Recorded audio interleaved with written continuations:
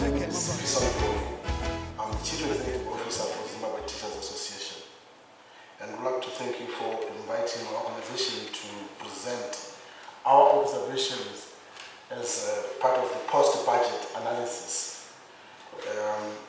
We did participate in the pre-budget, and we're very keen to monitor and see whether any of our proposals were taken on board.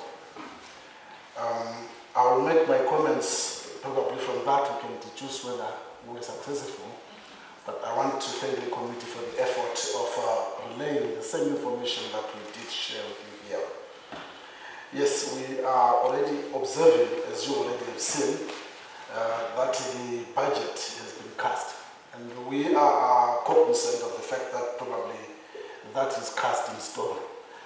We've seen many times that this post-analysis is merely an academic exercise, but that as it may be, we want to contribute to our observations and hoping at some stage we can have some at least interventions that can change the course of development in education. The ceiling, which is giving us 1.13 billion, madam, is a rise from the 905 million. Our analysis is showing that this is a 25% increase in terms of budget allocation from last year's allocation, which means that the Honorable Minister, in his wisdom, he only provided for what was conservatively an inflation adjustment. And therefore, in brief, it is a standstill budget. We don't think there is movement at all in terms of our contributions to education financing. This is probably, when you calculate, it represents about 4.6 of our GDP, which GDP the minister was estimating to be about 17 point something billion. It is a far cry from the world standard where we've been talking about 6% or 20% of the budget going to education. So we still need this shortfall of 1.5 or 1.4%, which can probably assist, give a thrust to our education. And having said that as a way of preamble, I want to come close to what is close to our hearts, which is the employment costs, and the employment costs which most affect the adjustment of salaries and relevant allowances for educators. The 1.048 billion dollars for salaries is an increase from 848 million which was provided last year. By our calculation, this is now representing probably a 23.5% increase, which is less than the projected and averaged cumulative inflation for 2018 as said by the minister in his budget statement, where he said the cumulative inflation will be about 25%. But here is a minister who is presenting to us an anticipation of a reduced salary, because this is clearly a reduction in terms of salary. I want to assume that reduction is as per what he considers, in his view, a reduction in the executive salaries, which he said would affect probably the principal directorate and above. But to us, that is more of a token gesture, and it doesn't have impact in the whole process. So the implication of this framework to civil servants means simple that they will not have a salary rise. It's written clearly in black and white and between the lines, we are not going to have a salary rise. Instead, we are slammed with a salary cut. I think this is a demotivation. It's a demotivation which is already confirmed by the awarding of the bonuses, which incidentally, some of them are being paid today and will be paid tomorrow. As said in these paragraphs 109 to 113 of National Party Speech, where he says he is going to take away the allowances from the educators, already impoverished. And we're talking about people whose salaries, as from September 2018, have been devalued closely by 300 to 400%. Meaning that the teachers cumulatively have lost 148%. And what is their salary now? their salary is now worth about $220. And that means, effectively, if you compare the purchasing power parity as compared to what they were earning last year, they are now at minus 190 United States dollars. That is the fundamental dilemma that we now must address. When the workers seem to be at minus and they go to work every morning, who is subsidizing who? And at what expense is that subsidization to the state? This is very important if we are to address the quality public education that we yearn for so much. So for teachers to stay afloat, and like you already requested, we are recommending that probably we should start discussing about the salary range of between 1,500 to 1,700. That is near normal of what a professional educator must get for them to survive.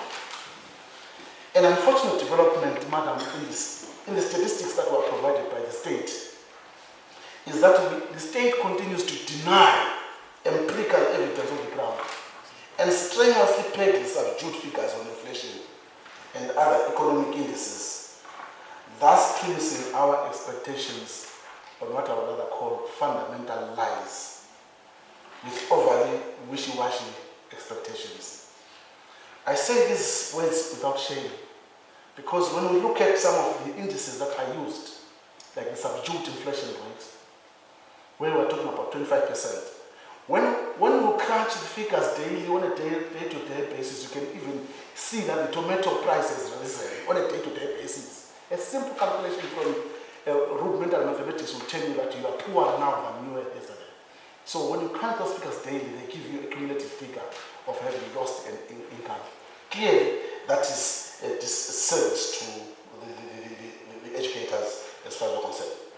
Let me give you a graphic example, which many economists use, and I will comment from a social perspective.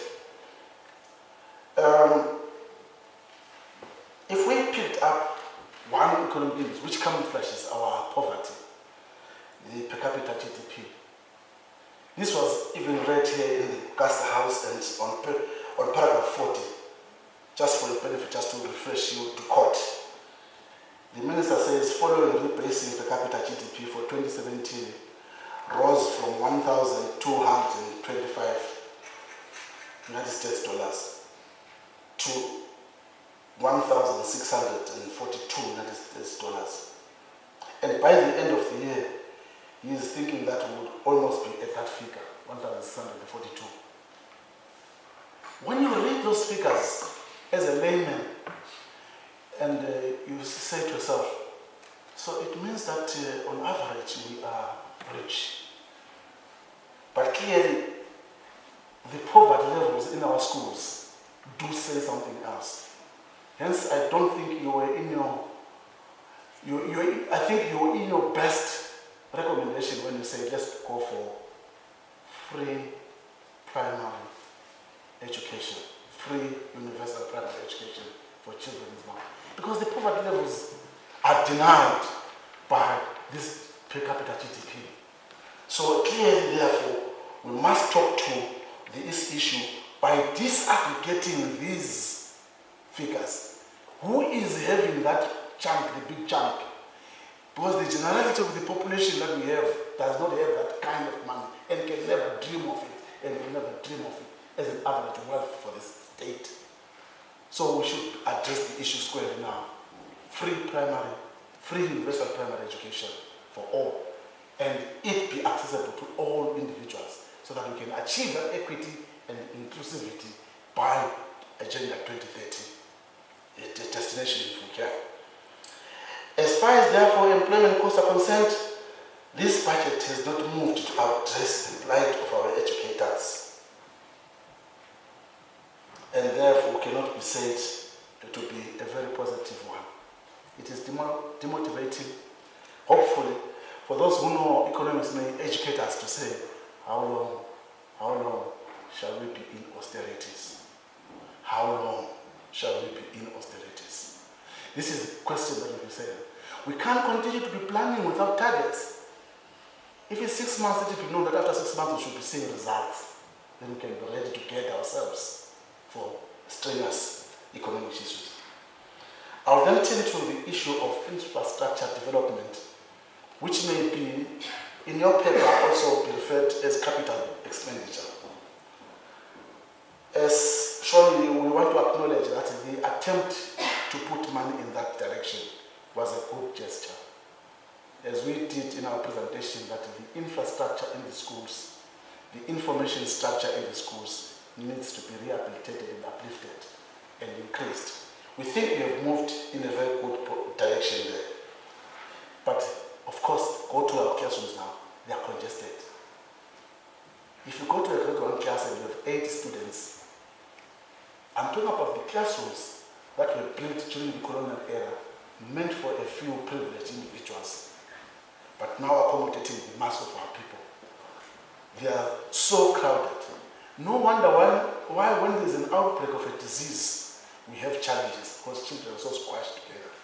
The distance we should be about 1 meter apart is not available in our own classrooms.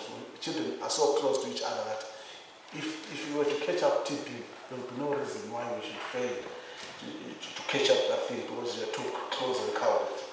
So we need to eliminate that overcrowding in our classroom by building more schools. Obviously, that is important.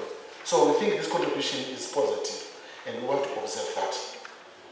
In our pre-budget, we hope that this budget would, in this regard, upscale public spending on education per capita by catering for both infrastructure, that is infrastructure, and information structure. We now present to you, Madam, our last gasp of request to say, if in the wisdom of the ministry, in its distributive budget, can it consider to distribute this cake in favor of this infrastructure as well? Because the cake is already, the flour is already put in, so we now have to go into for distribution. That's the priority that we are offering, because the cake is already made. You can't increase it further than what is there now. The capital expenditure, which I must put on record from my mental calculation, increased by 119%. That's very positive. I think we should see this as a positive step towards accessing equitable, quality public education. Then I turn lastly to on the operations.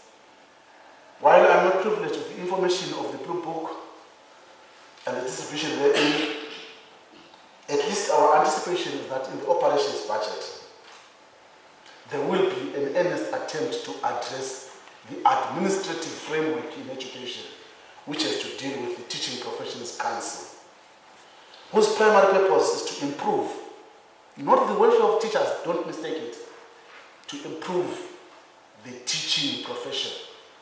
It's important that we improve the teaching profession so that it can act as a guarantor of quality public education. So that it can act as a guarantor of quality public education. My assumption, therefore, is that the meager increase of 7 million that has been given to this budget, from 40 million last year to 47 million this year, the 7 million is going to be used to support that, in addition to covering inflationary cost. Because inflationary cost, by our estimation, would be 4 million. And then the other 3 million, if it could be used for improving the teaching service, the teaching profession, so that our nation can have that done. As I conclude, Madam, the shortcomings of the budget, which remain a stacking reality and require more of our intervention through the distributive mechanisms, are: 1, obviously the teacher welfare and motivation, which I recorded at the beginning, and also the issue of capacity development for educators as we move towards professionalization of teaching. And further, the last one, which, Madam, I suppose you will also want to address from a point of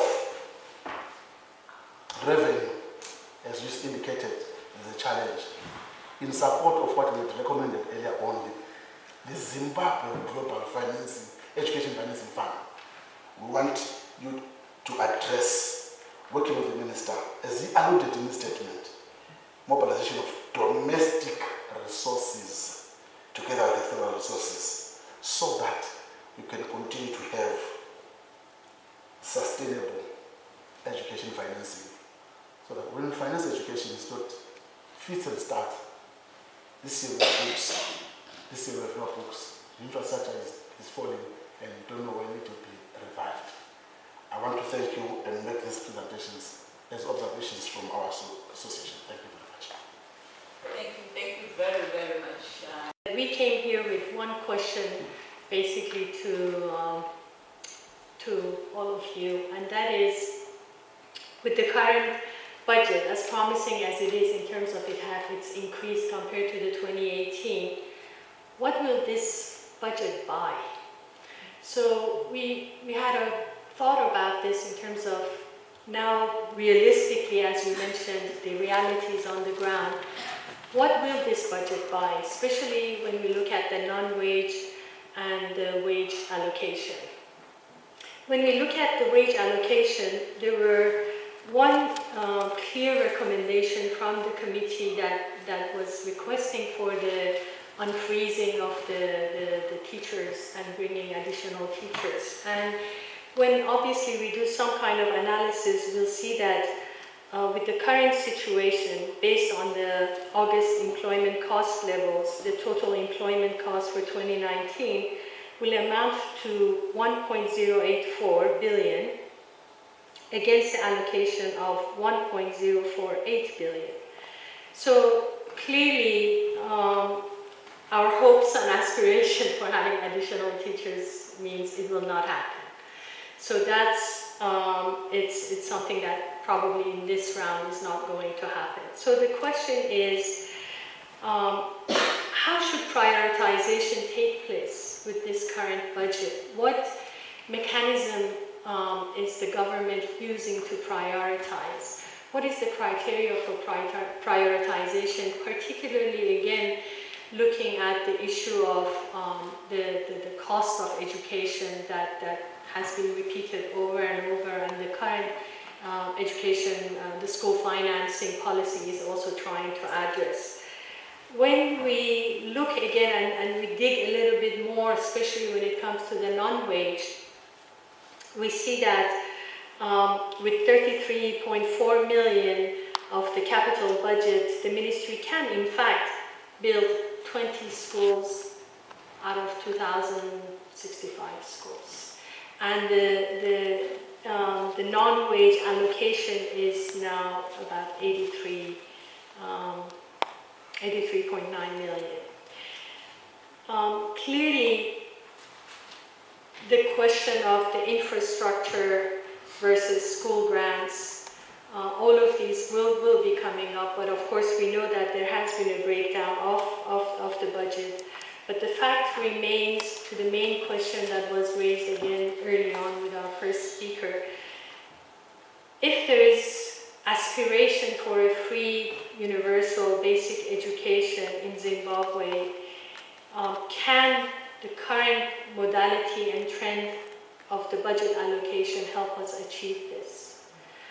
And this is where we like to also propose now some suggestion in terms of the resource mobilization strategies that can lead us at least towards that, some of which you have, Honorable Chair, mentioned them.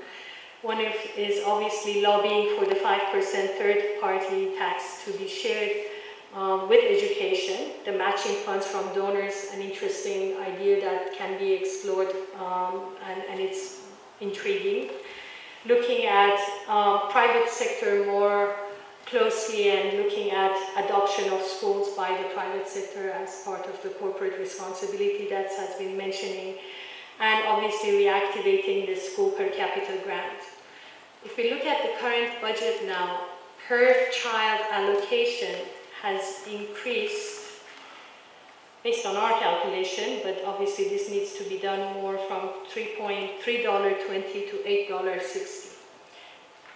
Against sort of the ideal trend, the threshold that we want of at least $100 per child that should be used for the grants. We just wanted to leave the committee with some of these key questions in terms of, again, the prioritization, because for us it's not clear yet how will that process will take place to prioritize on the narrowing down on the key issues and recognizing that the budget will not increase. These are the realities on the ground. But how will these concerns that have been raised throughout over and over, especially regarding the cost of education, will be addressed, especially also with the infrastructure and so on. Thank you.